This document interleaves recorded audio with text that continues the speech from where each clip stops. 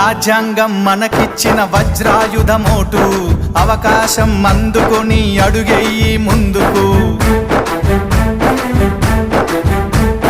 నీ ఓటు ఏడుందో ముందుగానే తెలుసుకో పోలింగు డే రోజున ప్రశాంతంగా వేసిపో ఓటరు నీ చేతికి వచ్చింది పవరు